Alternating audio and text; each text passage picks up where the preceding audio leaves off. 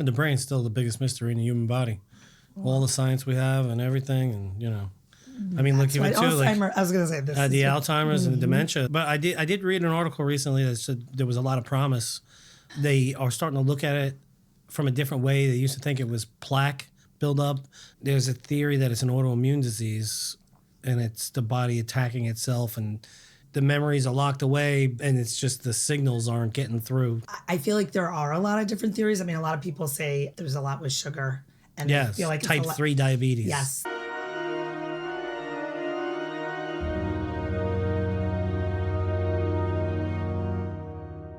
We go, all right, we're going to do a date night.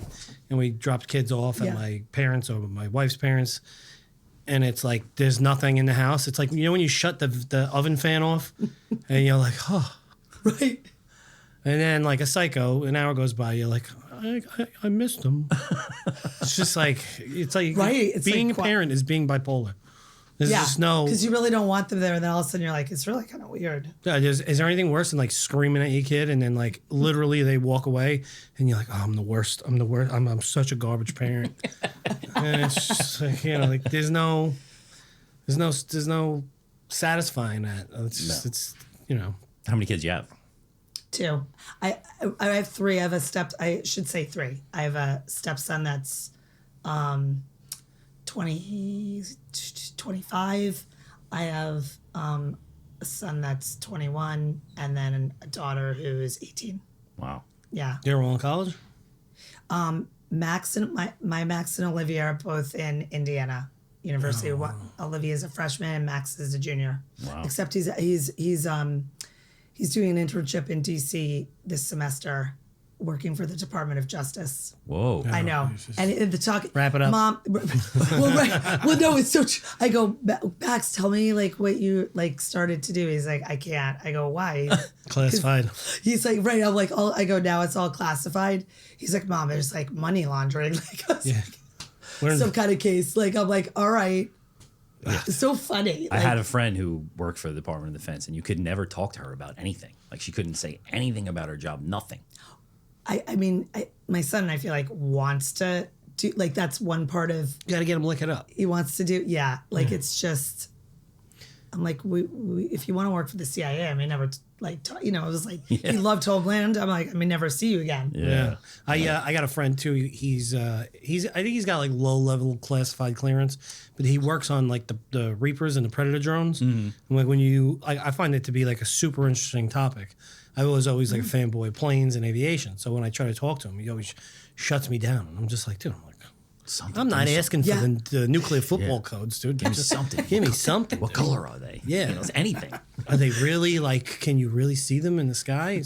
Like, can't talk about it. Such a nerd. They both go to the same school in Indiana? Yeah, it's interesting. Wow. She didn't want my son, it wasn't any bit his first choice, and then I think it's like ended up to be the greatest place for him. My daughter did not want to be with him, and then it was like a total 180.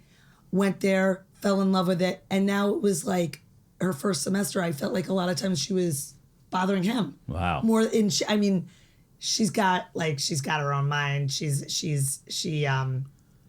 She's really funny, like, but it's, I go, I thought you didn't want to go to the same school. And I'm like, I find you in like his frat house a lot. I wonder why. Oh, dude. I think Max wants to kill her because he's like, if you talk to any of my yeah, he's stepping on his. Oh yeah. Oh yeah. And I'm like, that's hello. Not fair. Yeah. But then the good part is that he is away this semester. So I feel like, oh yeah, not like, and I kind of think he liked that she was there, but it's like that back. Yeah, and it's like a little slice of home. Yeah, exactly. Would made it comfortable. Net. Yeah. Yeah. Exactly. But it's just funny because she's like, please stop talking about that school. I want nothing to do with it. I'm like, and then you went there. Yeah. Did you go away? Yeah, I went to Syracuse. Oh, nice. An orange man. An orange man. An orange them they. What do you call them now? Oh my god. Are they orange? I go. I can't even. You can't say orange man anymore. Did you go to school for what you do now, or how did it come about? I went to school. I majored in child and family studies and psychology. So it wasn't, because really my degree is in social work. I got my master's in social work. No, it was, I was going to work with kids And then I did like a 180 Yeah, I'm gonna say. and was like, I love the geriatric population. Me too. Yeah, that's right. Yeah, that's a complete 360. It is. And it was weird because I think I had an internship and my supervisor was just not a great supervisor. And he was totally turning me off. I was in I think an elementary, or middle school. And he wasn't really guiding me. So they put me in a completely different internship at like a nursing home in Roxbury, like Massachusetts, whatever. And I just started to I was like, I really like that. I really like helping people. Wow.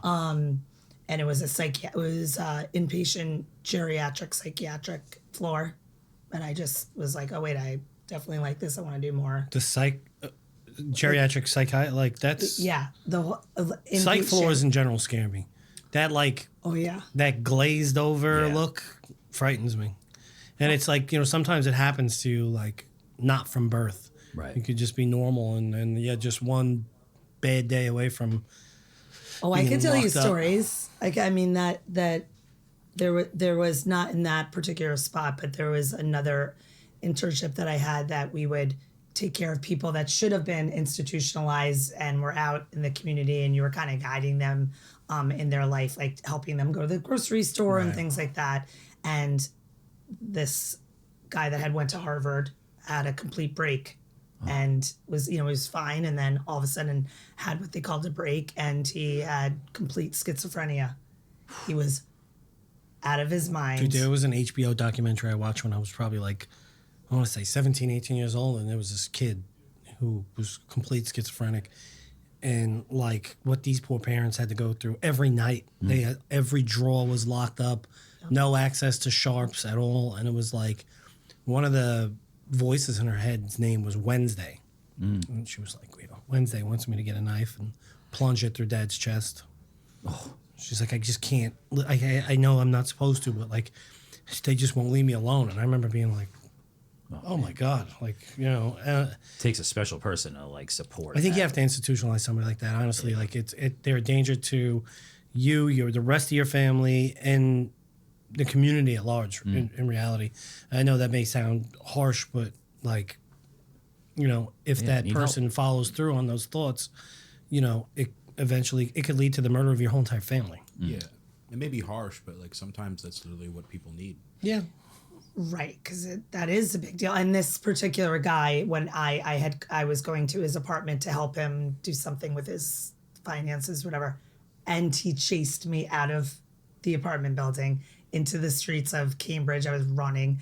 I was looking for some sort of police officer that would possibly help me. And I found someone, and it was like those like those movies where you look in the glass and you see behind. He was right behind me. With his hair was like crazy, and I look at the guy. He's like, "What's wrong?" I'm like, "This particular man. I work with him, but he's having this issue." And it was scary. They ended up pulling up. They called the police and pulled up with like one of those vans, and then you feel bad because then they put him in the van, and then they obviously had to take him disappeared. to the psych. That was when you first. That was in the internship. Oh, that was in my internship. Yeah, I was on her way to applying for the job. I was like, they're like, we'll hire her. That's great. I think I want to live. I mean, but everyone that I worked with there had a psychiatric illness, and they were also had somewhat of a drug problem. So they were called like dual diagnosed people. So some people had schizophrenia, and Those are they the were fun ones. Oh yeah, schizophrenia and heroin, schizophrenia and like cocaine. Like it was crazy. Oh, dude, man, methed up schizophrenic. Oh yeah. That's So terrible. it's like the Hulk. And you're trying to help them get better treatment and be in the community. The and problem all is, that. correct me if I'm wrong, is like there's what's the right word? Like normal. There's moments of normalcy. With like some of these psychiatric illnesses. Yeah, like there's like a time of period where they're sane and they're there, and then all of a sudden it's like a light switch goes off. Yeah, well, I feel like listen, a lot of them unfortunately do need to be heavily medicated, and if they're a lot of times they feel like if they're feeling good, then they go off their medicine. Yeah, it's that's just- that part. And it's a so then catch-22. exactly. Yeah. I think sometimes with the brain, it's so distorted of the things that they feel and see that And the brain's still the biggest mystery in the human body. All the science we have and everything, and I mean, look, even too, like Alzheimer. I was gonna say this. the Alzheimer's and the dementia. Like, but I did read an article recently that said there was a lot of promise of they are starting to look at it from a different way. They used to think it was plaque buildup. Now that there's a theory that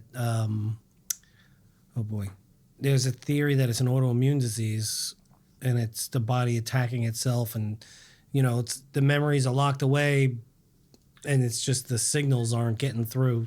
So, and that there was a way that showed some promise, but I mean, I guess you don't really know until you know.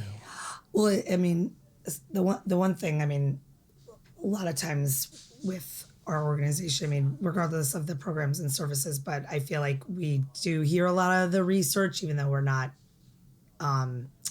Research oriented. Yeah, we're not research oriented, but I feel like there are a lot of different theories. I mean, a lot of people say there's a lot with sugar, and Yes, they feel like type 3 diabetes. Yes, they like say that. Yeah, exactly. Which there is a piece of it that when you talk to a lot of people, and a lot of people that have come in and out of our organization, that a lot of people, their loved ones have had a lot of sugar and diabetic issues, but then there's a lot of cardiac issues, a lot of trauma that's led. I mean, sometimes people say that we all have a lot of things internally. Dude, I had that some can trauma today right before we came here. I got this, not to get too far off the topic, but I'm sitting at work and all of a sudden I hear this kid that works for me in the florist just like yell out. I'm like, it just sounded like a panicked scream. And I was like, I look on the floor, completely seizing. And I just like, what do I do? So like she's literally flopping around like a fish, and she's banging her legs in her head. So I quick grabbed the pillow, put the pillow in her head. Now I'm like literally wrestling with this full-grown woman on the floor of my florist, and like somebody walks in. It doesn't look good, right? Like if you don't know that that's happening, I'm holding this girl down by her waist. And I'm thinking pillow out of her head. Yeah, Like, wait. Shh, let it happen. So, and I'm like, literally, she's flailing both her legs. So I'm trying to stop her legs from hitting the ground. One shoe's over there, the other shoe's over there. She's like, apparently seizures hurt, which I didn't know. So she's like hysterical crying, and she would come in. She would go into seizure. She'd come out, and she's mortified, but like, who's judging that? But I'm like, the customer walks in, he's like watching, and, I don't want to say it was traumatic, but I feel terrible for, she's 21 years old, she's a kid. That is traumatic. It's not a good way to spend your day. No. Both sides. You or her. No, yeah, I'm like, what do I do? Yeah, I was just going to say that I'm not sure I would know exactly what to do, except, like you say, possibly hold her so that she wasn't going to bang her head. She was just like, blah, blah, blah, blah. Like her legs was slamming into the ground. Yay. Yeah, it was wild. It was my first seizure That's crazy. to experience it. Hopefully it's your last one. Yeah. So they don't know. They still don't know. Is it the weird that I reason. clocked her out for 10 minutes? Jesus Christ. She was laying on the floor. You count that as your 15? Yeah, dude. That's There's your no 15-minute break? second smoke. That was right. That was not a break. Yeah. Oh my God. So they still don't know though. I told they her still too. don't know. You used the pillow. You got to buy it now. Jeez. She gets the employee discount. Oh my God. See, She's actually going to get brain surgery. She's got a tumor on her brainstem that they're going to remove. That's responsible for all the seizures. I was just going to so- say that. Is it right? Or Yeah. is it just something that has been gonna say. all of her life? I thought she was faking it the whole time. I was gonna say that the first time. Yeah, it's the first time I saw it. Apparently, it's the second time at the store. They didn't tell me about the first time, conveniently. Now, when Now I you, gotta said, dock when you her 20 connected that minutes. to the trauma, that's your trauma or her trauma? you Well, it's think? definitely her trauma. I just felt bad, like the look on her face of like she was mortified. But like, listen, I mean, embarrassing. yeah, but to who? Yeah. Like I don't. She can't control that. You can't feel embarrassed about that. No, not at all. Not at all. Like I don't know. I just feel terrible for her because it's like she's a young lady. She's in the prime of her life, and like they're just out of nowhere. And I like I'm like, what did you eat right before that happened? Like, you know, I had like 1,000 questions that I had to keep to myself. Like, when you have a seizure, like, her eyes roll back in her head. I'm like, do you know what's going on? Like, or are you out, like you're sleeping? You know. Did she say that she knows like when it's happening, like when it's coming? She could feel it coming on, she said. So she think literally, when I walked in the room, she was on the sitting on the ground, and she was going, I don't want this to happen now again. Yeah. Yeah, that's trauma. Okay. Yes. That's the definition, I think, of trauma. Yes, because I was going to say there's when you just said before about trauma, because all like with Alzheimer's disease and a lot of the caregivers that I've talked about, their loved ones who have it or had it, there's definitely a lot of that. Yeah. Which is why I said the trauma of like even surgery. That I feel like a lot of times when people have surgery and go under anesthesia, I do feel like they wake up. I'm totally screwed then. I've had 32 surgeries in my life. Oh, Why? The corrective bladder surgery. I was born with my bladder on the outside of my body. Right. That's right. You said that. So it's just, what were we talking about? I forget. The trauma is just piling up on you. I know. Hello, darkness, my old friend. Oh my goodness. Yeah, no, you're not. Listen, there was a study that I remember was going on. I mean, this was years ago that one of my caregivers was going into the city to Mount Sinai to be involved in a study of when you go under anesthesia, like what, you know, is this? Just don't tell me the results because I'll manifest Don't it. worry. What are you going to do with those? I mean, what if, there was I always will the manifest question. it. I'm really good at it. I definitely have health anxiety. Yeah. Well, yeah, a lot of people, there was always a lot of questions with some people in support groups that I used to run before my role now, and would say to the adult children, if you found out that you had a genetic connection to the disease, or if you had it, what would you do now? Start writing stuff down.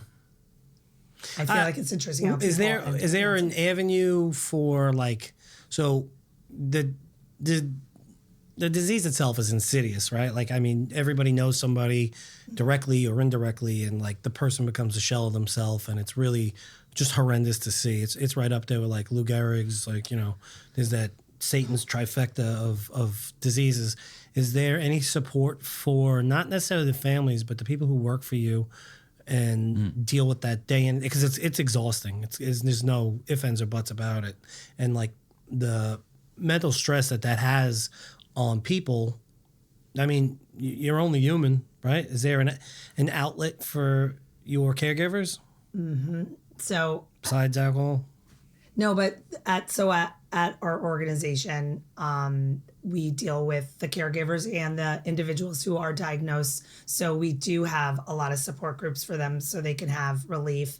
And a lot of our programs and services that are hands-on, the caregivers can drop their loved one off so they can leave for at least 4 to 6 hours and go do what they want to do. If it's go sit in a park and, you know, stare at the sky, or actually go do errands, because the 6 hours is probably 12 hours for them without having their loved one around. And we have a lot of counseling services. So if they wanted to be able to talk about more therapeutic stuff, they could be involved with one of our employees that way. It's one of the hardest diseases because, like you say, people are looking at their loved one who was a totally different person before. And now how do you cope and move on knowing, you know, what they're dealing with? And so many times I feel like the caregiver is the one that doesn't take care of themselves. Is there any burned out. There any documentation from the patient themselves of like the progression through their eyes? I mean, it's a good question. A lot of times for us, when people come to our organization, it's very few and far between. It's almost like the disease happened a couple years ago and it's like too late.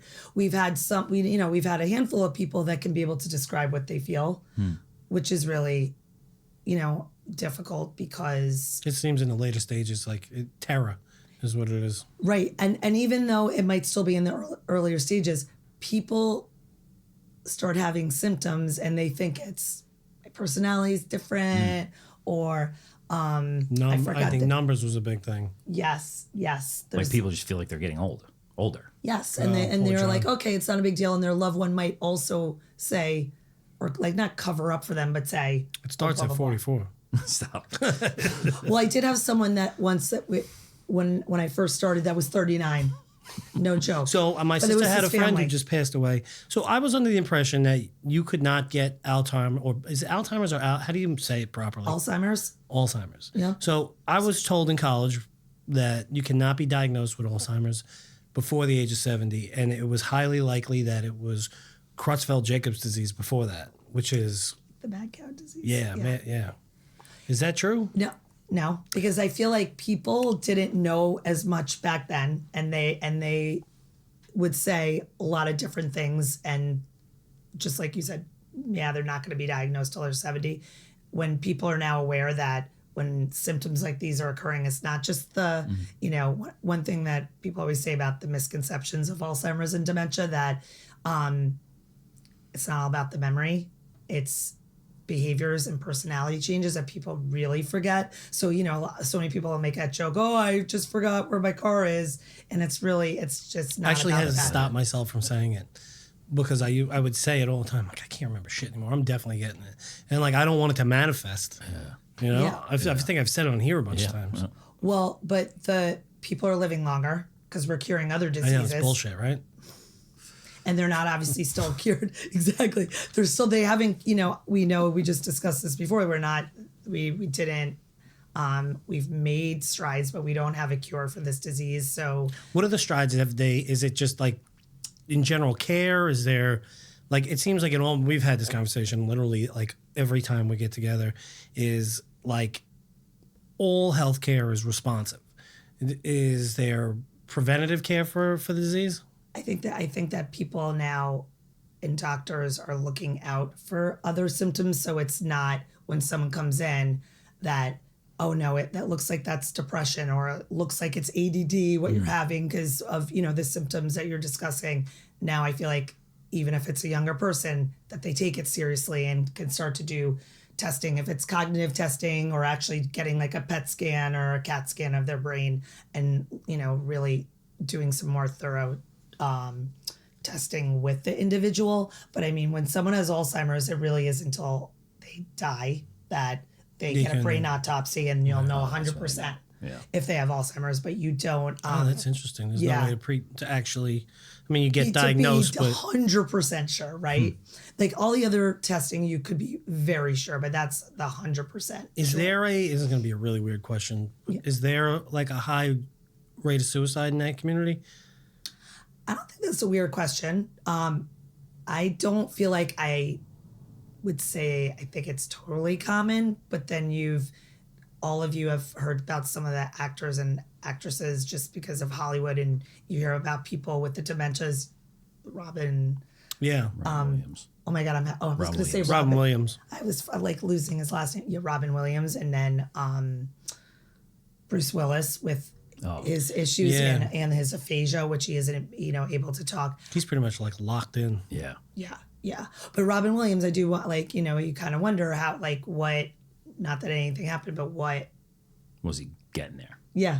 Because he saw himself. I think he saw himself more when you just said it before about the earlier signs and thinking you could talk to people about it. I think that he probably saw things coming. And it's terrifying because of his type of dementia had a lot of paranoia and delusions and hallucinations and things like that, where someone who has Alzheimer's may not have those symptoms. So people don't know sometimes dementia is like a top of an umbrella, and there's all different forms of dementia. Yeah, it's not really an exact science, right? Like it's, There's like when you have a stroke, you can have vascular dementia, you can have Lewy body dementia, you can have I've heard that term, Lewy body dementia. A lot. So there's no test, or there's no like signs early on that you could be predisposed to. I think dementia is. I think with genetics and some blood tests that you can have some information to tell you that you have some markers to get it. But there are some people that have never then gotten it. I mean, there are a lot of people that have ended up with dementia. Because there's such crazy advancements in those scans and like what they can tell now and isolate and stuff like that. I think that like that would be a big part of the research that's happening, trying to get closer to. Yes, I think closer to what it is within the blood tests. I think even still with the plaques in your brain, I do still think that there's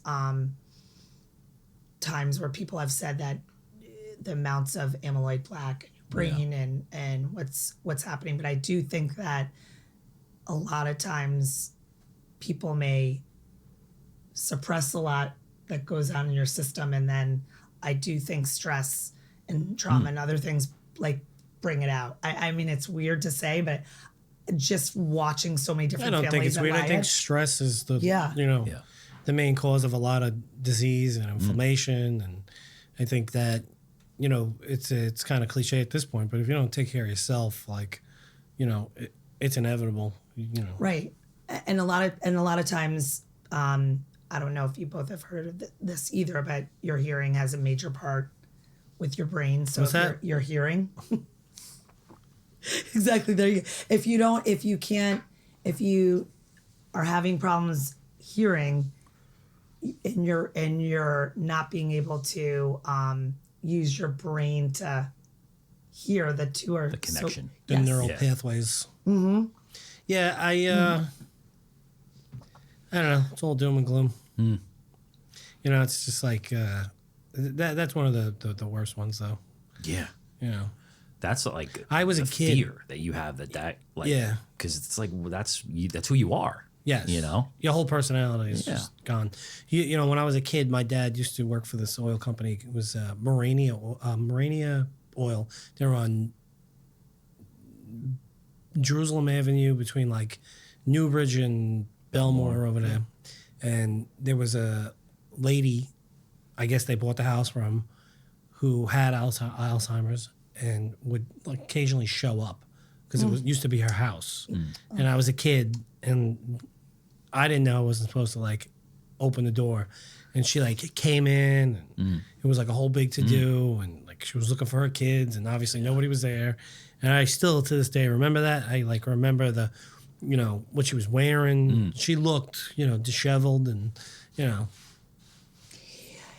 Well, the issue of even something like that, like you're saying this woman coming to your house and her like being unaware of what she's doing, when you are at her center and people are coming for a day program and spending hours and doing all kinds of different therapy, a lot of them say things that are obviously different and to our staff. Sometimes we've had experiences where people are totally living in their, past and bringing it up and everyone, you'd think it was happening right now. Right. I mean, It's like the flashback when Jack and Rose are dancing in the Titanic. Exactly. Like everyone keeps their long-term memory for a long time. It's the short-term memory that's the problem. But we had a woman the other day that thought somebody was headbutting her the entire time. Is it she was always? there. It's always like that. It's always short-term memory. Short-term memory, you're affected first with your short-term memory, and long-term memory you have for a while. It seems like they always kind of like remember that one person. It's like an anchor almost. Yep. And music is like one big sign. Yeah, Yep. I heard that music. I remember reading, watching probably that. That like classical music is like a really big thing. They love music, and I mean sometimes music, when you think about it, can be happy and sad at the same time, depending what the song brings to us. What's the vibe, right? Yep. But most of the time, people really enjoy that, and it. Is there any like brings a one smile particular thing, like one habit that they like a commonality? of what they all do Yeah. or what they all like? Besides forget stuff. Is it music from their past and it just like calms them down, cuts through everything? I feel like there is mostly music from their past that does bring them some sense of calmness or familiarity. Because like we say, they're so confused that It's they're gonna be a not. nightmare. It's like we progress and it's like Pantera's playing. It's like In Sync is the only thing that calms me down. Bye, bye, bye. You know? Yeah.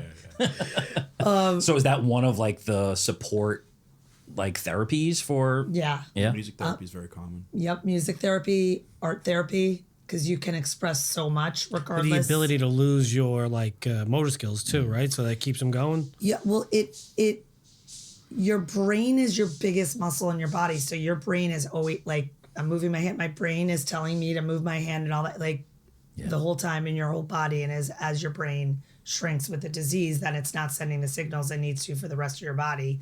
But one thing, at least for a period of time, you can use your hand, but it doesn't mean that it's the same kind of function if you didn't have a cognitive impairment. But people really love art therapy if they had never did it before, or if they had been involved in the pictures and things that come out are very interesting. They express how they are expressing themselves. Do you guys ever, I know this is going to sound inappropriate at the least, but like, do you ever make them make videos of themselves that they could watch almost to calm them down? Just be like, you know, hey, you know, like you got to try to remember, or, That's interesting. you know, I mean, now you got it on your phone. You can Yeah. just make a file of like, hey, like, you know, this was us a few years ago. Yeah, you mean You're from the panicked past, right yeah. now. It's okay. Like, you have a disease. You know, this is your son. This is your daughter. You know, you're here for treatment. Like, let's breathe. It's like that movie 50 First Dates. Yeah. Oh, yes. to do that in that yes. movie. Well, you know, it's a very good idea. I mean, a lot of the families have like a lot of consent issues of what they want their what they want their loved one to be doing, but we do try to have them bring things that are good memories. If they have like a special, I really do believe something. that, though. There's a vibration attached to that stuff. You know, and even with the music, like, how do you explain that? Yeah. It's like there's a vibration. It's a, you know, Yeah, it's just a trigger. Like Yeah, to a string happier theory. time or it's basically the same thing. yeah. Yeah, and people. It's also like people. Everybody has their soundtracks as well. Like whether it's like what you like or what you happen to listen to or what your family happen to listen to, and like, you know, it's Mine's so weird. It's a very subversive thing, but it like plays out. You know, especially as we grow older and we lose our memory. Dude, give me a little man after midnight. I love that song. Yeah. I always get a party going with that. and that's so funny. And photographs are really important too. I mean, at least then you can be able to go through some I of the see it now. I photographs. look with at them. like pictures from, you know, being younger. And I'm always like, who is that? Like, just like, whose baby is that? Yeah. You know, it's like, oh, that's Jim's baby. Oh, that's Doug's baby. Or whoever. Yeah. Like, it is? Well, and sometimes too, there are people. We had someone that was a nurse, and so she would walk around the center a lot of times trying to take care of everyone, which we let her. Yeah, oh, I have to bring her to like what we call at the center like a participant, but the person that's diagnosed, yes, thought she was still a nurse, and be like, oh, let me just go take you to the other room, and you know, and if that made her calm because she thought she was helping someone, as long as the other person did not, you know, get upset that she was like, you know, let me take. You're hurting me. You're right. Let me do some blood pressure. No, I'm kidding. But the ideas of kind of just letting them go. Yeah. As long as like, it's ex-police officers. Stop resisting. right, right. You don't want that. We have some babies that people take around. They feel really good about holding babies. It's Really? yep. And that's Comforting. that's not something you would, like, I'd be a little nervous, if I'm not going to lie. Well, like I meant Like dolls. dolls. Baby dolls. Sorry, I didn't mean to say just babies. Surrogate baby. Oh my god! Because I was like, wait, why are you random worried baby about on that? inappropriate. Well, there's some people. There's some people that will hold the babies a nice way, the baby dolls, and other people will. Yeah, I'm sure. I took a tour with, what's her name? I think it's Julie from the assisted living. Oh, Wexler. Yeah. Yes. At the Babylon facility, which is near my Oh, funeral yeah. home. Yeah. And the assisted living concept is pretty cool, but I got to be honest, the memory care is brutal. Not like they do a great job, but like it was tough. Like the way they disguise the exits as bookshelves, everything's locked in. As soon as I walked in, I don't know what it is. I think I'm like a dementia magnet. I literally walk in, and it's anytime somebody has dementia, they're like, "Hi." They know you. That's my grandson. And I'm like, fuck, this is so uncomfortable. Just gotta let it play out. I do. I just like, I'm Right, like, hi. right. Like, What else can you do? how you been? And I'm just like, yeah, I'm good. You know, like, and meanwhile, I'm looking at her. I'm like, can you get me the fuck out of here, please? Like, I can't figure out how to get out. All the exits look like bookshelves. Maybe that's your we have one wife of those- dropping you off. We have seriously. one of those at the end of our center. We do have a door that has one of those posters that looks like a library. Yes. And so someone, I think we've only had a couple people that someone's like, let me go past and see what's in the library. It hits the alarm and it all goes off. That's They're like, wild. let me see what other books behind there. Put them on the bus. Yeah. No, but listen, even though it's very hard to be in those assisted livings, there are times where families have to make that decision, just because they might have had them at home and it's become way too difficult, and it's wearing on them. Yeah, I mean it's a lot, and on my end of it, I know it's the end game, but like there's a lot of these families have like a huge sense of relief followed by guilt because the person died, but like struggling with that disease or anything that lingers, right? You always say, "Oh, I don't want to be a nuisance," but like it is what it is. You can't just get rid of somebody. Yeah. So the person passes and it's just like, I don't say that they're happy, but they're happy it's over. Sure. And then they feel guilty because they feel that way. Yeah. Which is very common. But it's a totally normal, thought process. You're completely correct, because the issue is that they're mourning their loved one while they're still alive. Yeah, you die before you're Yeah. dead. So you already, every phase or every piece of the progression of the illness, someone feels that sadness. So it really, exactly. At the end, it's, I've already kind of been dealing with this the whole time, but then now it's over. Now I have to see what I'm going to fill that void with. Right. So now, I've been managing. You almost forget how to go back. Yeah. Yeah. as the director of Lyad, right? Yep. What does a normal day for you look like? Oh boy. It could be anything. It could be bringing people into the center to see what we're doing. The biggest part, we're grassroots nonprofit, and all of our services are hands-on. And the biggest thing that we, really need to take care of in order to be a sustainable organization in the community is to raise funds. I mean, that's really the most major part of my job, raising funds. So bringing people into the center, letting them see what we're doing, and believing in the mission that we have, which is to improve the lives of individuals who have a diagnosis of dementia and their caregivers. So that's one of my biggest parts of my day. I probably bring people in 4 to 5 times a week, operating, Touring facilities and stuff like that. touring facilities, operating within the center with our budget, our financial disposition, grants. We have a lot of grants that we look to get funds for our programs that we were talking about, our day program. We have a program in the home. All of our programs we need funding for, so we look to grants. We also have to manage what just goes on day to day with the families and the participants that come to our center, and really supervising the staff and managing the actual space that we're in. It's rented space.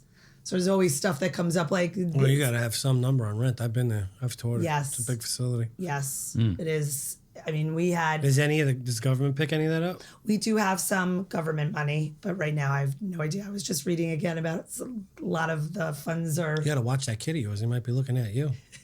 Right? Imagine. He's a plant. I wouldn't trust him. Oh my God, he's looking at you, but he's freezing my funds. Yeah. I'm going to have to go down there. He's really the problem. I'm like, wait a minute. That's right. I can't tell you it's classified. It's about you. Mom, where did you get all this? None of your business.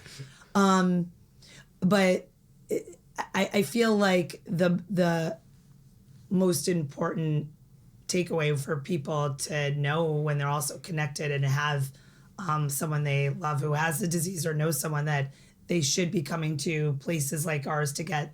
Is there any like insecurity about that where people are reluctant to reach out? Yes, total stigma. Feel very concerned when they call to really admit it. Because I feel like once someone admits something, Right. then you can kind of go forward and navigate the Problem solving. journey. Yep. But I feel like people are more apt to be like, well, I'm kind of feeling this way, but I don't really know, and maybe I'll call back. I feel like once people are connected with us and come in and get resources, we give out a lot of resources. We could give out doctors, we could give out funeral homes, we could give out anything we want. Yep. Yeah. But the fact is that it takes a couple times for someone to call and feel comfortable, and that's what's sad. Because that's why I say sometimes we don't really know till it's too late. Yeah. What's your favorite thing to do in your setting? You know what? That's an easy question, right? Like, in reality, that's a layup. What's your... I have a good answer, though, but go on. Yeah, you go. Oh, now I'll follow up with that one. Yeah, because I was going to say, like, doing what you're doing is far removed from actually working with the day-to-day of those affected Individual as caregivers. patients. Yeah. So prior to running the organization, I was that day-to-day person, and still now I get involved in sort of major, if there's something really going on with the families or there's a crisis case management. Crisis management. So I'm there to kind of guide that because I've Been through it. mentored and been doing that for a really long time. But I still also do have conversations. I have friends that call me all the time with connections to other people. But I feel like the biggest thing for me is that the takeaway of what we're doing, that families can get relief. Because if we weren't giving the families relief by being able to take care of their loved one and even taking care of them, then I'm not sure what they would be doing. Is there a criteria for people for you? To come, yeah, I mean, they have to have a diagnosis of dementia. It doesn't matter their age, and I mean that's really it. It's not like, oh, they had to come to us if they have a caregiver or don't have a caregiver. If someone can afford services or not afford services, never like to turn someone away. That's why we work hard to get funding. If it's by grants, it's by the government. But I feel like the biggest thing for me is that when you see their loved one drop them off, or if they're in our center for whatever reason, and they feel like they get that support and hope and walk away feeling like they have a couple hours to themselves. I feel like it's like when I liken this to like my kids going to school because they're little, right? So like when they first time on the bus, I was a mess. I literally followed the bus to school like a psycho, and then like my son dropped his like Toy Story toys at the front door, just like the movie when they were waving goodbye, and I literally walked in the house and I was like. So like I would imagine for the children dropping the parents off, it's the same like you're worried about them. Like, are they going to be okay? Even though, you have, a good reputation of, not losing people. If there are issues or whatever, we always keep the family updated. But I feel like when you come into our center, it does kind of feel like a home. You came. What is that? Yeah, I've been there. It feels like it doesn't feel institutional. It's very warm. People just say it's very warm. And I think our staff, listen, you have to have patience and have a huge heart to want to do this every day. Do you have to appease them in terms of like, I don't mean for this to sound funny, but it's going to sound funny, but like someone's looking for their keys, right? Do you ever have to actually call them and be like, hey, you're looking for, even though obviously that person can't drive? You definitely tell some white lies. White lies are like a part of the disease that you have to, as much as you can, what we call redirect, you definitely need to do that. So you might say that. Right. I mean, that's come up sometimes where, there's people that think that then they're leaving and going back out and driving away. What's the scope of severity that you guys serve? Like, obviously, dementia itself, but like how far into the disease do you? We serve from the beginning to the end. So we've taken care of people, like we say, as the earliest that we can possibly have seen them, or so progressed in the disease that they're nonverbal, maybe non-ambulatory, and most of my clients are like that. Just most. What's the percentage it's not? Yeah, 0. Very good at keeping secrets. What's the youngest that you've like? I don't know enough about it. Like, what's the youngest that it could potentially like 44 set in? I don't know. I'm afraid you're gonna say 42.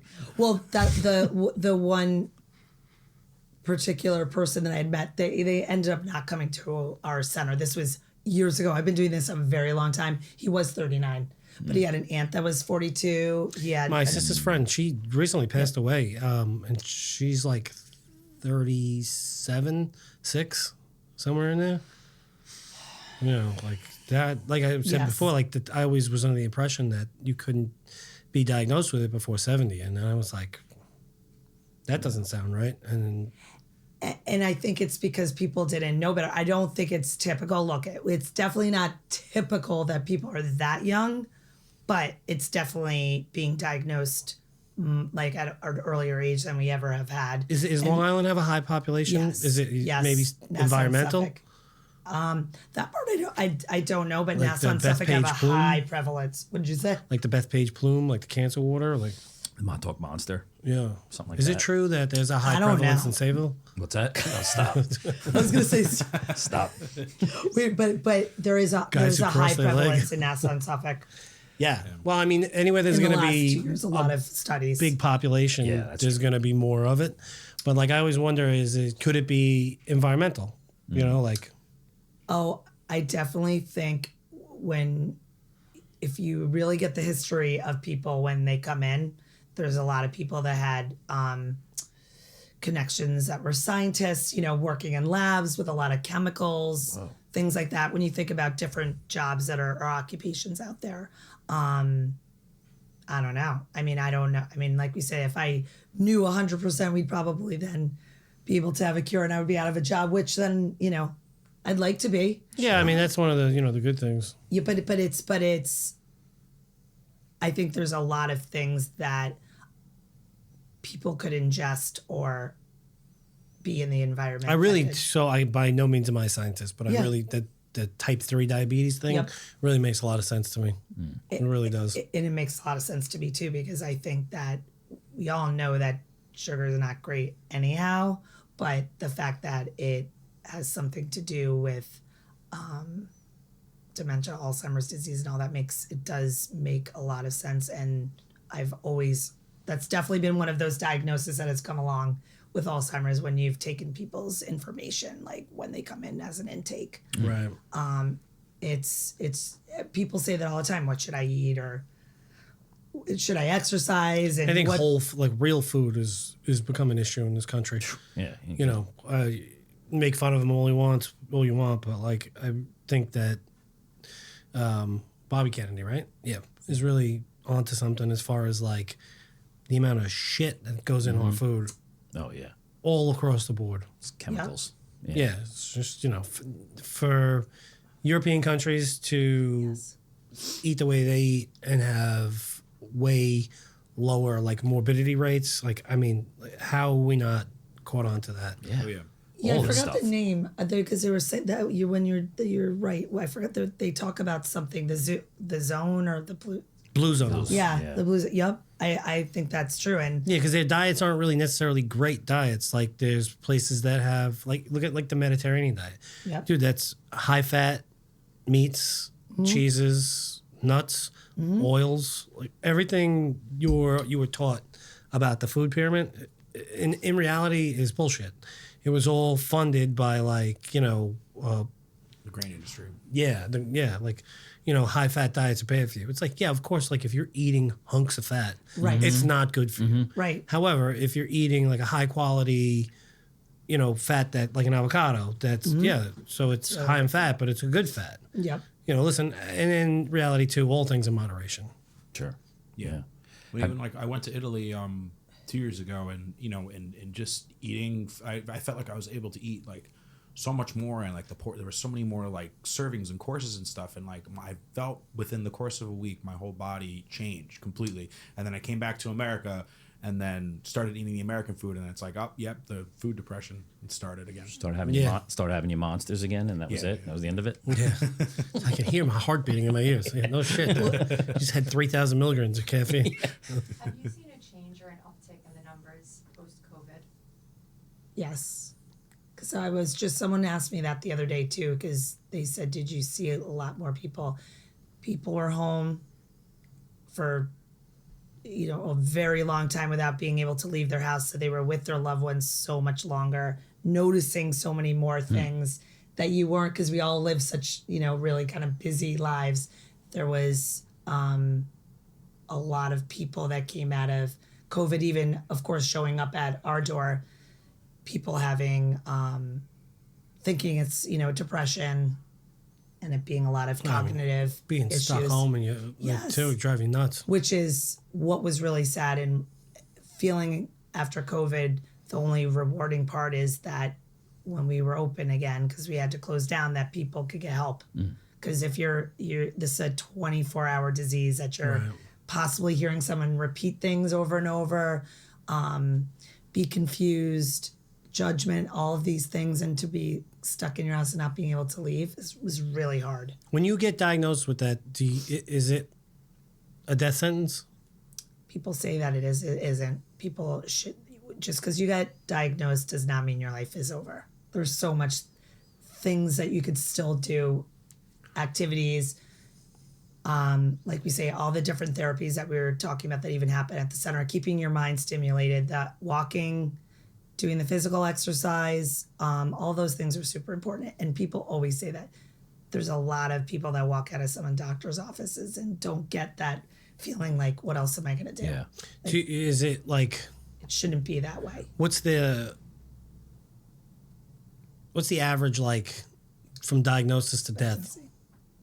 I feel like common, they usually say it's like around 8 to 10 years, but I've seen people that had it that like 18 years, and then people that have had it for a very short period of time, like 2 years. Some people they just The earlier the younger you are, and the earlier you get it, the quicker the progression happens, which is really scary. Interesting. Yeah. Wow. Do you die actually from? I should probably know the answer to this. No, but but do you I know actually the die from is that the cause of death, or is it due to or consequence of something else? I think that's a really good question, because if there were people don't document that when someone passes that it's from Alzheimer's, but when I said that the brain is your biggest muscle and takes care of everything, so that's why at one point you have trouble eating and swallowing and going to the bathroom. So people don't report that. So if we don't report it, then we don't really have the statistics in the end to really say all these other people had Alzheimer's, but if they were saying, oh, they died of pneumonia or they died of this and that. Right, but they didn't take care of themselves, and Yes. that's how they got the pneumonia. Right, but it's interesting because one of my caregivers is like, I wish there was more to be said. I put on his death certificate, he had Alzheimer's, but most people don't, and it's true. And I don't know still if that's Does that stigma or they just stimulate don't any even care. studies though? Is there like There's definitely information or studies that are out there that do say people no, like the if the doctor puts on their Alzheimer's, does that stimulate any type of studies? Oh, I think to that help? yes, I think that they would be even more focused on the fact that when people are ending with these other issues, it's not just because of these other issues, it's because it started with their brain and the dementia. Do you do any events in house like for the people? Yes, I mean we do. Like if we wanted to, not that we're going to do a podcast there, but I'm just saying, like if we wanted to host a lunch. Yes, we have a lot of people come in and sponsor our parties, our day program parties in there. Different caregiver events. A lot of people. That's that who I would know. want to do it for, the caregivers. Yeah. Give these people a break. Yes, yes. Everybody leaves with like a bottle of scotch and a Xanax. Yeah. Well, when you give that caregiver any kind of relief in that way, if it was a gift card, it also is education about different resources too, that people in the community that they're just scared to talk to someone. So if you come into our center and talk about things, they feel that comfortability.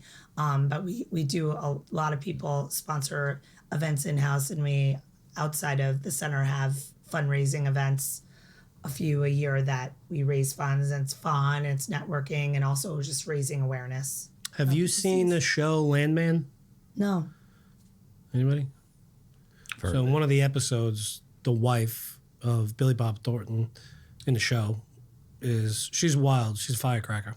But she goes to the old folks home, the nursing home, as they call it in Texas, the old folks home. And she actually like rents, well, I don't think she rents, she takes them out. And like does stuff with them, because it's like, they're not dead. They're elderly, and they were our backbone of our country. And it's like, we should really value that and continue to take care of them, because we're all going to be in that situation sooner or later. Great that she takes them to a strip club. That's a therapy. It's a new form of therapy. Dude, you think Alzheimer's patients are probably your best partner in crime? For that, Yeah, they can't remember anything. not going to incriminate you. Yeah. Where were you? I don't remember. Ask him. Yeah, exactly. Yeah, I was with Oh him. my Get the God. details. Oh my Only goodness. criminal workforce. So, what did you guys think of that Super Bowl yesterday? It's one of the worst games ever. I thought it was terrible. Yeah. So it was nothing. I'm glad the Eagles won. Although I'm a Giants fan, I'm happy for Saquon. Tired of seeing Pat Mahomes there. You know, I don't even care about the commercials anymore. the commercials were terrible, dude. Yeah, I they're- don't think anything was The good best about commercial ever was, you remember back in the day, it was I shipped my pants. Oh yeah, yeah, Oh, yeah, yeah. yeah. That was was a like, great one. Yeah. Somebody was telling me there was a commercial last night where it was like turned into the crowd singing or something during Yes. the commercial. Take me home. Yeah. What is it? Country roads. Yeah, yeah. It was like the commercial ended. I think it was Rocket And then they Mortgage. went back to the game, and the whole entire stadium was singing the rest of the song that was in the commercial. Did you see them boo? What's her name? Oh, I missed that. Taylor Swift. Taylor Swift. Yeah. They booed Trump too. Yeah. She'll be all right. As will he. Yeah. She'll be You know, all right. she's literally a billionaire from singing songs. Dude, I can sing. No, Maybe like not that. well, but not like sing. that. Definitely. They not were like this. buying people at the concert would scoop up dirt and then sell it. it, yeah, And somebody was buying the dirt from a concert. Rainwater. So what do I got to do? Oh my goodness. She is a good song. I mean, I think I saw something on Netflix. It was a documentary about her. It was very proper documentary. Yeah, there we go. I'm over here like coffee documentary. The Long Island accent What do you in mean full. you don't remember? No, I don't swing. even want to say because I'm going to be made fun of when I just said that. My husband always says that I say it wrong. But she's an interesting woman. She definitely is a very good. I've never been songwriter. to her. I heard her neither. concerts are very Can't afford it. entertaining. Can't afford to go. No, dude, Yeah, it's like I mean, right. $7,000 to sit up in the nosebleed. It's insane. The Harry Met Sally was a good. Oh yeah. That was one of the funnier things during the Super Bowl. One of the little commercials. Billy Crystal. Yeah, over mayonnaise. He looks. Yeah. That was fun. I know they. Oh God, they. Oh, did you're not look faking this one. They definitely didn't look great, but Yeah. But I don't think I can remember another commercial after that. No, me either. One where sealed was a seal. Yeah, yeah. that was yeah. funny. That actually was cool. I thought that was cool. Yeah, It's a great song too. yeah. Yeah, it's a jam. Yeah. What was the? So you said you were in. You were going into the child education side of it. Like, do you remember something that happened that was like, I'd rather do, like in your internship? Was there like a rewarding moment where it was like, now this is what I want to do? Yeah, I mean, the fact is that where I was going in my life, and yeah, I wanted to work with kids, but yet I feel like a lot of times people do look at the geriatric population with less hope, and and what they could actually benefit from when they are involved with more programs and things. So I think my grandmother had dementia, and then I feel like I had been working later on in life at NYU Medical Center in the city, and every person that came into the hospital left with a cognitive impairment. So that's that part of, you got to help these families and individuals that really feel lost. Well, they're literally our parents. Exactly. They should be empowered. I mean, and the part that's really at least rewarding for me now going into the future and how things are is that we don't have control over the disease, but we do have control over giving resources, support, hope, and being Yeah, there. it's like anything. You have control over how you react to it. Exactly. So you can't offer them that, but being able to be there for them, people need that. Yeah. People They throw a shouldn't feel good lonely. party. My favorite one is probably the casino night. The infamous Lyad casino night. Is that once a year? That one is, yeah. Yes. But you guys do a lot of functions. It's just good. You get to go gamble. It's like, it's real fake money, if that makes Yeah, sense. yeah. It's like, if you lose it, it gets donated to them. So who cares? I'm in. Sign me up. Okay, we'll go. Sign me Love up. it. It's cocktails at casino. There's a golf event. There's Yeah, golf is good too. a luncheon with a fashion show. I mean, all really, like you say, Who's doing the modeling? we have females and males. You could be our next model. He's gonna be I a just model became next a male week. model Oh, on you could be- Thursday. Yeah. Really? Yeah. Just got the call. So I'm looking forward to it. You could be on our runway. My wife's not going to be able to handle how much of a monster I'm going to become after that. But Oh yeah. Just show her all the DMs. Like this dude. You ever see the behave. movie Zoolander with Yeah. like that's basically what's going to happen. Yeah. Like that one scene where they're like spraying Where the they- gas all over the place. What about when they walk by each other in slow motion? I got to come up with like a look now for about your best Thursday. pursuit. Exactly. Yes, I got to come up with a look for Thursday.